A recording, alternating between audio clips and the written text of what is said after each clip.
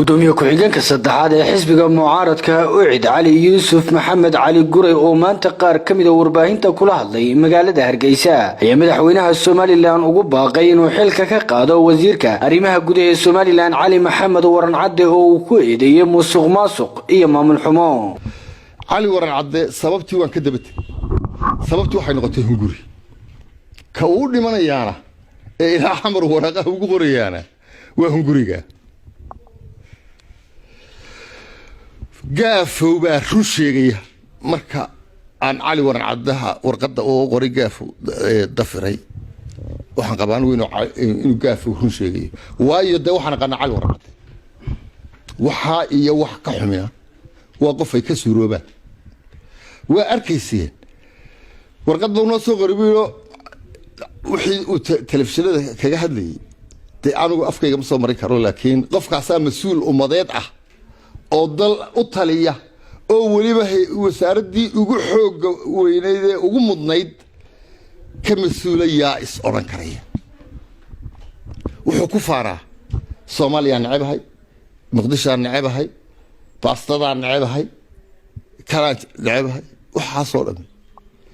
aqliisa waxa ku jira sida Soomaaliya loo kala nacab yahay iyo Muqdisho badana waa shay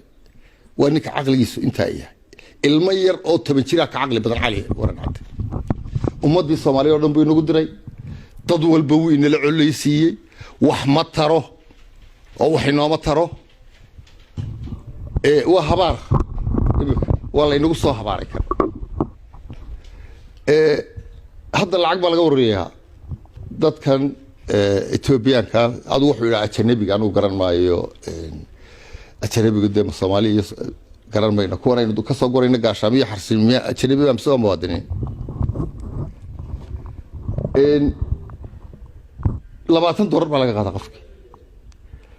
cid sharciyeysa ma jirto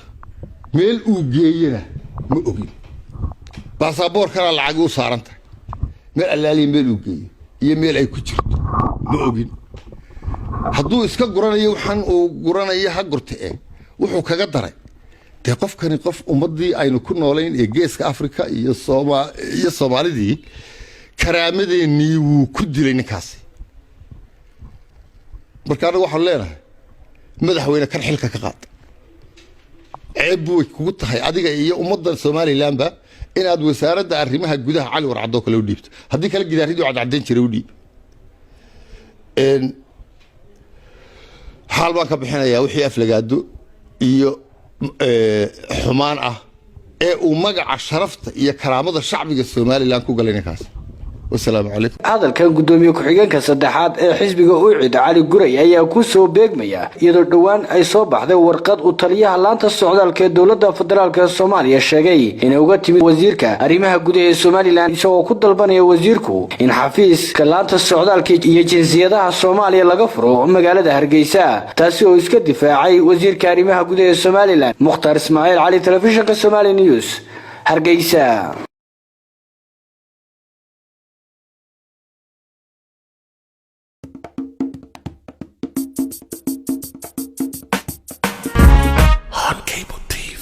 ساعة الوزير كل يوم دقيقة كهرة يسوق على المجالات هذا كم ذا وفتي مدحوينها وحنا كويديننا سير شرايد وقرادة حمر ولا بنك الجاف ولا هذا هو قبتها ميجريشنكو وحكوش جاي إن وزير كريمها جودها مسال ورا عاد ورا الكسوق علي أو كود البنا يو كسوق صداي إن مجالات هرجيسال لغفره حرون باسابور لغبحيه باسابور كصوماليا تاسو كلفتي باهي أي بلشة الصومال قبته أرنتها محط كورن هيدا. بسم الله الرحمن الرحيم. درنتي ومعجزين كأنه هذا يشارعين الصومال كم مغلينوي مركه هراء جافو وحكمتها سراكيشيان حكومية ونما قانو ننحن معها ننشبلي ونكسبوها أسكر نشبلي ونكسبوها لكن وحن قرنا يا ماشي كسعودان أرنت تاني وحوي مدحوينها الصومالي حسن الشيخ ayaa runtii arintana dabada ka wado oo laga yaabo inuu isagu muxuu ahaayay u soo dhiibo waxaan se la yaabanahay wax la biciidsada maaha in Soomaaliya ama Xasan Sheekh maanta uu yiraahdo Somaliland baa waraaqay soo qortaa Cali Waran Cadde sababtoo ah waxaynu ku naqaanaa been waxaynu ku naqaanaa cadaalad darro, waxaynu ku naqaanaa qabyaalad. ninkii shalay lahaa Somaliland baa shirkii Kismaayo ku jirta oo ka soo qayb gashay oo Somaliland baa ka mid ah Soomaaliya ninkii lahaa inuu yiraahdo cali warcada waraaqay soo qorayna horta wax la biciidsan karo maaha waxaynu ku naqaano. laakiin waxa kaliya doonayna aan sheego waxa weeye runtii ummadda Soomaaliya waa ummadani walaalnahay, waa ummadaynu kala goonay, waa ummadaynu darisnahay, laakiin laba dawladood oo kala go'ay banu 20 sano kala maqanahay. waxaan runtii uurxuma ah in ummadda aynu dariska nahay inuu xukumaan dad noocaas oo kala oo waxaan arkayay shalayto isagoo oo jinaasadii dadkii ay saaxiibada ahaayeen ku dhintay dagaaladii u sujuudaya kuwii dadkiisa madaxda u ahaana jinaasadooda ku qoslayeen arkayay. horta inta aanu oranay in warcada waxay soo qoray waxaan jirnaa su'aal weydiiyo odaygu labada diimood imka lagu tirinayo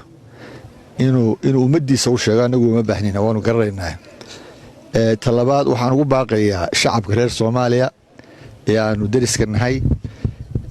inaanay u dulqaadan mas'uul aanay dooran xoog ku haysta oo muxuu ahaayay dhibka iyo dilka iyo balanbalka Soomaaliya haysta u sababa beenta iyo diimaha badan. islaamba inankeeda filoolashaallahu iyo hebelow diima badanada bay tiri